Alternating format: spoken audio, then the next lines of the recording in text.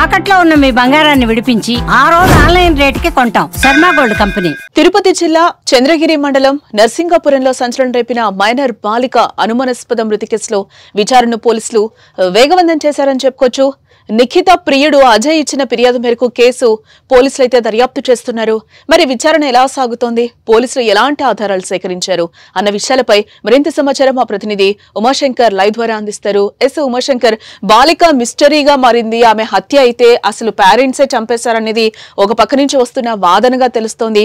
ప్రియుడు అజయ్ ఏమో police complaint ఇచ్చారు. ఈ నేపథ్యంలోనే కేసును కూడా పోలీసులు దర్యాప్తు చేస్తున్న పరిస్థితి కనిపిస్తుంది.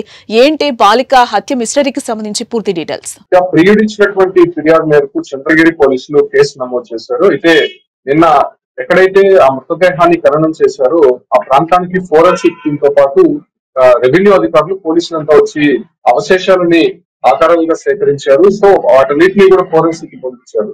ఎందుకంటే 3వ తారీఖున రాత్రి ఆ అమ్మాయి అనుమానాస్పద స్థితిలో చనిపోయినట్టు తెలుస్తోంది. అయితే తల్లి చెప్తున్నటువంటి వర్షను ఆ అమ్మాయి సూసైడ్ చేసుకుంది. ఆ కారణంగా ఇప్పటికే తమ పరువు పోయింది కాబట్టి ఇక ఆ అమ్మాయిని దహన క్రియలు ఎవరికి చెప్పకుండా మేము చేసేసాము అనేటువంటి విషయాలు తల్లి చెప్తోంది. కాకపోతే కనీసం అక్కడ ఇంటి దగ్గర ఎవరికి తెలియదు, కేవలం వాళ్ళ కుటుంబ సభ్యులకి సంబంధించినటువంటి ఒక 5-10 మందితోనే ఈ దహన సంస్కారాలు అయితే అది అర్థాంతరంగా నిర్వహించారు. గంటల వ్యవధిలోనే ఈ ఒక వ్యవహారం అంతా నడిచిందని చెప్పుకోవచ్చు. అయితే ఏదైతే నర్సింగాపురం నుంచి దాదాపు 2 కిలోమీటర్ల దూరంలో ఉన్నటువంటి స్వర్ణముఖి నది అక్కడే కొంత శ్మశానంగా ఉంటుంది. సో ఆ ప్రాంతంలో హడావిడిగా తీసుకొచ్చినటువంటి నిఖిత మృతదేహాన్ని అక్కడే ఖననం చేసినటువంటి పరిస్థితి. అక్కడ కాల్చినటువంటి నేపథ్యంలో ప్రస్తుతం ఆ ఒక్క అవశేషాలను మాత్రం ఫోరెన్సిక్ టీము, క్లూస్ టీము అదే రకంగానే పోలీసులు కూడా సేకరించారు. అయితే దీనిపైన అయితే దర్యాప్తు చేస్తున్నారు. ప్రస్తుతం తల్లి సుజాతతో పాటు తండ్రి కిషోర్ ని పోలీసులు అదుపులోకి తీసుకున్నారు. అసలు వాస్తవంగా ఏం జరిగింది, అసలు ఆ అమ్మాయి సూసైడ్ చేసుకున్న తర్వాత ఎందుకు మీరు పోలీసులకి ఫిర్యాదు చేయాలి? కావాలి సాధారణంగా యాక్సిడెంట్ కానీ లేకపోతే సూసైడ్ ఇలాంటి ఏదైనా ఘటనలు జరిగినప్పుడు ఖచ్చితంగా పోలీసులకు ఇన్ఫర్మేషన్ ఇస్తారు. బాడీని పోస్ట్ మార్టం జరిగిన తర్వాతనే మళ్ళీ బంధువులకు అప్పగిస్తారు. బట్ నిఖిత మృతదేహాన్ని అంత అర్ధాంతరంగా ఎందుకు అక్కడ క్రిమిషన్ చేయాల్సి వచ్చిందనే దానిపై కూడా ప్రశ్నిస్తున్నారు. కాకపోతే ఇప్పటివరకు ఆమె ఎటువంటి సమాధానాలు చెప్పలేదు. దీంతో ఫోరెన్సిక్ టీం వచ్చి అవశేషాలని సేకరించినటువంటి పరిస్థితి. అయితే ఇప్పుడు కేసు కూడా నమోదు చేసినట్టు తెలుస్తోంది. 24 గంటలు గడిచింది కాబట్టి వాళ్ళని అరెస్ట్ చేసి కొంత అనుమానాస్పద స్థితిలోనే చనిపోయినట్టు కేసు నమోదు చేసినప్పటికీ ఫోరెన్సిక్ టీము ఏదైతే రిపోర్ట్స్ ఇచ్చేదాన్ని బట్టి కూడా పక్కాగా కేసు అయితే నమోదు చేసేటువంటి అవకాశం ఉంటుంది. ఎందుకంటే గతంలో కూడా నిఖిత ప్రెగ్నెన్సీగా ఉన్నప్పుడు తన బిడ్డకి జన్మనిచ్చిన తర్వాత ఆ బిడ్డ ఏమైందో తెలియట్లేదు. సో దానిపైన కూడా నాకు అనుమానాలు ఉన్నాయని చెప్పి కూడా నా పైన ఫోక్సో కేసు పెట్టిన తర్వాత పోలీసులకు నేను చెప్పాను, ఆ బిడ్డ ఏమైందో మీరు విచారించాలని చెప్పినప్పటికీ పోలీసులు ఆ దశగా విచారించలేదు. తన పైన ఫోక్సో కేసు పెట్టి 4 నెలల పాటు జైల్లో ఉన్నాను. అజయ్ చెప్తున్నటువంటి మాటలు ఇవి. సో అటు తర్వాత మళ్ళీ 1 నెల పాటు నేను నిఖిత తరచూ మాట్లాడుకునే వాళ్ళము. ఒక మెసేజ్ సంచలనంగా మారింది. అజయ్ చూపించినటువంటి ఒకే ఒక మెసేజ్ ఏదైతే 3వ తారీఖున సాయంత్రం పెట్టినటువంటి మెసేజ్ ఏదైతే నిఖిత ఇంట్లో నిఖిత అమ్మ సుజాతతో పాటు ఆమెకు సంబంధించినటువంటి మామ, వాళ్ళ తాత ముగ్గురు కూడా మాట్లాడుకుంటున్నారు. ఇక పోయినటువంటి పరువు తిరిగి రాదు, ఖచ్చితంగా ఈ అమ్మాయి ఇంకా ఆ అబ్బాయితో మాట్లాడుతూనే ఉంది, చాటింగ్స్ చేస్తూనే ఉంది. సో ఇక పరువు పోతుందనే విషయాలు చెప్తూనే ఖచ్చితంగా అన్నంలో విషం పెట్టి చంపేస్తాను అనేటువంటి విషయాలు మా అమ్మ మాట్లాడుకుంటోందని ఏదైతే నిఖిత ఒక మెసేజ్ రూపంలో అజయ్ కి చెప్పింది. సో అటు తర్వాత ఏదైతే అజయ్ కి నిఖితకి కాంటాక్ట్స్ తెగిపోయాయి. 3వ తారీఖున రాత్రి నిఖిత చనిపోయింది. 4వ తారీఖున మధ్యాహ్నం లోపు దహన సంస్కారాలు పూర్తి అయిపోయాయి.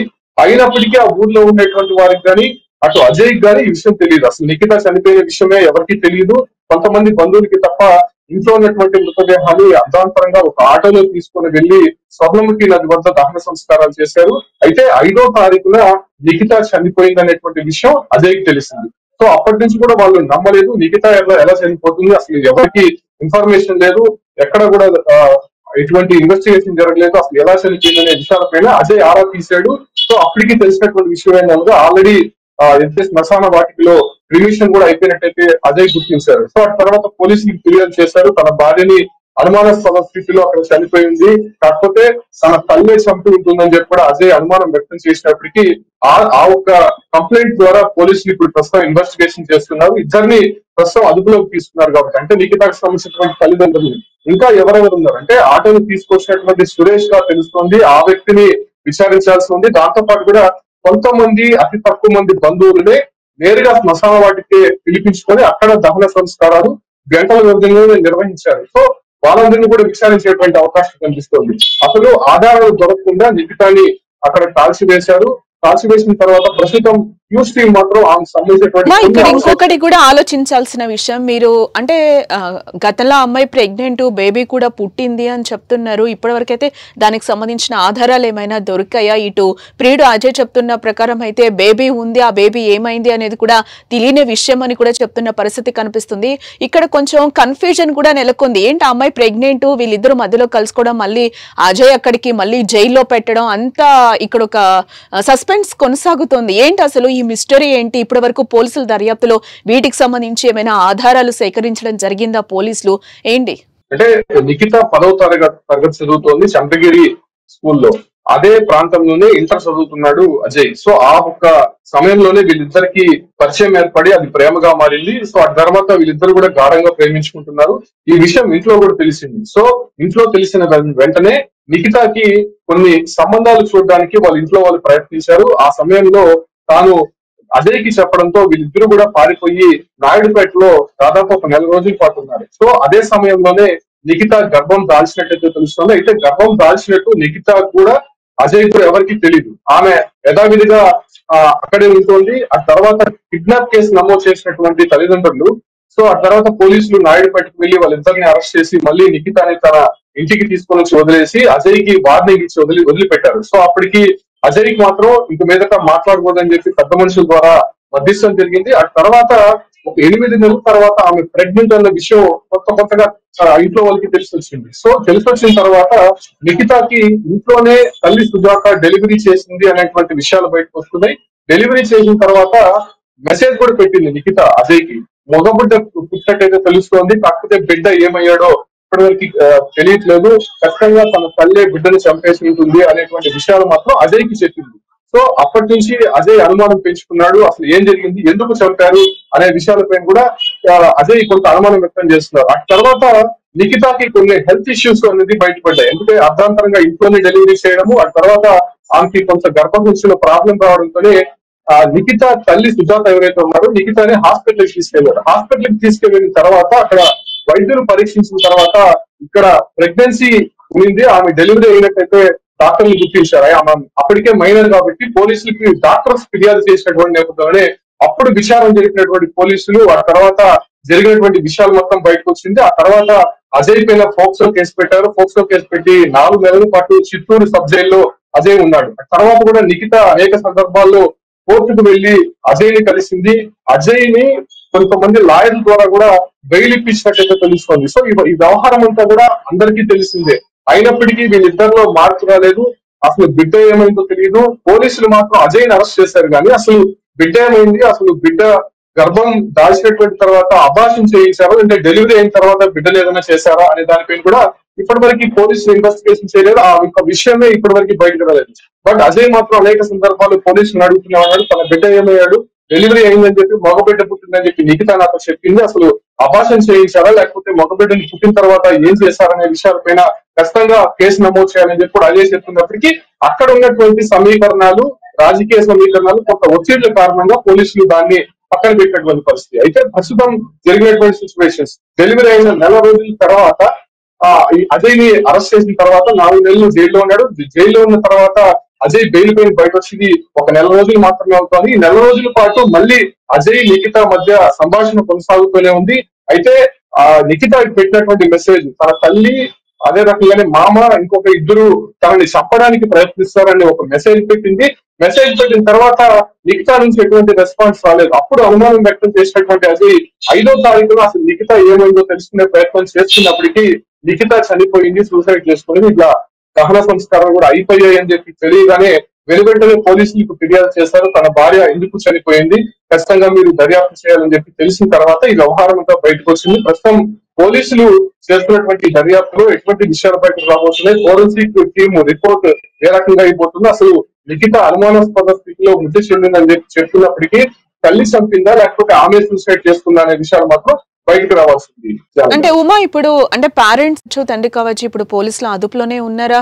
అంటే ఈ విచారణలో ఏమైనా బయటకు వచ్చాయా విషయాలు ఏమన్నా? అంటే వాళ్ళని అదుపులోకి తీసుకున్నారు.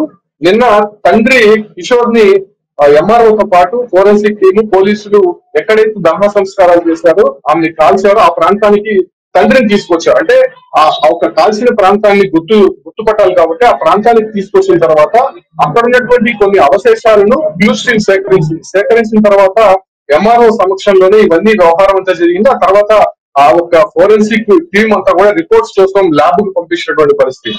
ల్యాబ్ రిపోర్ట్స్ ఏమొస్తాయో తెలియాల్సి ఉంది. అటు తర్వాత ఇప్పుడు ప్రధానంగా తెలిసే అంశం ఏంటంటే అసలు నిజం చెప్పాల్సినటువంటి అవసరం తల్లికి మాత్రమే ఉంది. తల్లి తర్వాత ఎవరైతే ఈ చుట్టుపక్కల వాళ్ళు కొంతమంది దాంట్లో ఇన్వాల్వ్ అయినారో వాళ్ళు చెప్తే గానీ అసలు నిజంగా లిఖిత సూసైడ్ చేసుకుందా లేకపోతే ఎలా చనిపోయింది అనే విషయాలు మాత్రం వాళ్ళు చెప్తేనే తెలియాల్సింది. ఎందుకంటే అక్కడ ఆధారాలు మాత్రం ఎక్కడా కూడా కనిపించలేదు. ఫోరెన్సిక్ ల్యాబ్ నుంచి ఎటువంటి రిపోర్ట్స్ రాబోతున్నాయి, అది సూసైడ్ చేసుకున్నట్టు వస్తుందా లేకపోతే ఎవరైనా మర్డర్ చేసినట్టు రిపోర్ట్స్ వస్తాయి. సో ఆ ఒక రిపోర్ట్స్ ని బేస్ చేసుకుంటే పోలీసులు ఇన్వెస్ట్ చేసేటువంటి అవకాశం కనిపిస్తుంది. ఇంకొకటి కాల్ డేటాకు సంబంధించి కావచ్చు, అయితే వాళ్ళు ఉన్నటువంటి లొకేషన్స్ ని బేస్ చేసుకొని కూడా పోలీసులు దర్యాప్తు చేస్తున్నారు. వీటన్నిటిపైన కూలంకుషంగా దర్యాప్తు జరుగుతోంది కాబట్టి ప్రస్తుతం దాని మాత్రం పోలీసులు దర్యాప్తు జరుగుతున్నటువంటి నేపథ్యంలోనే ప్రస్తుతం జరుగుతున్నటువంటి సిచ్యువేషన్స్ మేరకు వాళ్ళంతా అదుపులోకి తీసుకున్నారు కాబట్టి ఇంకా దర్యాప్తు అయితే కొనసాగుతోంది. సో అవన్నీ రావడానికి మరో 2-3 రోజులు పట్టేటువంటి అవకాశం ఉండడంతో ప్రస్తుతానికి వాళ్ళని పోలీస్ స్టేషన్ లోనే విచారిస్తున్నటువంటి పరిస్థితి. అయితే దాదాపు 2 రోజుల తర్వాత రిపోర్ట్స్ వచ్చిన తర్వాత పోలీసుకు వచ్చేటువంటి అవకాశం అయితే కనిపిస్తుంది. కాకపోతే అజయ్ మాత్రం ఒకటే డిమాండ్ చేస్తున్నారు, ఖచ్చితంగా ఇది పరువు హత్యే, నేను వేరే కులపాన్ని కాబట్టి ఆ ఒక్క వ్యవహారాన్ని మొదటి నుంచి కూడా తల్లికి నచ్చట్లేదు, ఖచ్చితంగా లిఖితాని కొంత బెదిరిస్తూనే వచ్చింది, భయపెడుతూనే వచ్చింది, నాకు ఎన్నో సందర్భాల్లో చెప్పింది, తాను ఇంకా బతకలేనని చెప్పింది. సో ఆ సందర్భంగానే లిఖిత ఉన్నటువంటి అనుమానాస్పద స్థితిలో ఎందుకు చనిపోతుంది, అంత పిరికిది కాదు లిఖిత అనే విషయాలు మాత్రం కొండబోతలు పెట్టినట్టు అజయ్ చెప్తున్నాడు. ఖచ్చితంగా దీనిపైన దర్యాప్తు అనేది పోలీసులు సక్రమంగా చేయాలి. గతంలో కూడా బిడ్డ ఎలా చనిపోయిందో నేను చాలా సందర్భాల్లో చెప్పాను, ఆ విషయం కూడా పక్కన పెట్టారు కాబట్టి ఈ విషయంలో అయినా న్యాయం జరగాలని చెప్పి కూడా అజయ్ డిమాండ్ చేస్తారు. బట్ ఫోరెన్సిక్ రిపోర్ట్ ఎలా రాబోతోంది, పోలీసులు వాళ్ళ దగ్గర నుంచి ఎలాంటి విషయాలు బయట పెట్టబోతున్నారో వేచి చూడాల్సినటువంటి అంశం. Right Uma, thanks for the update.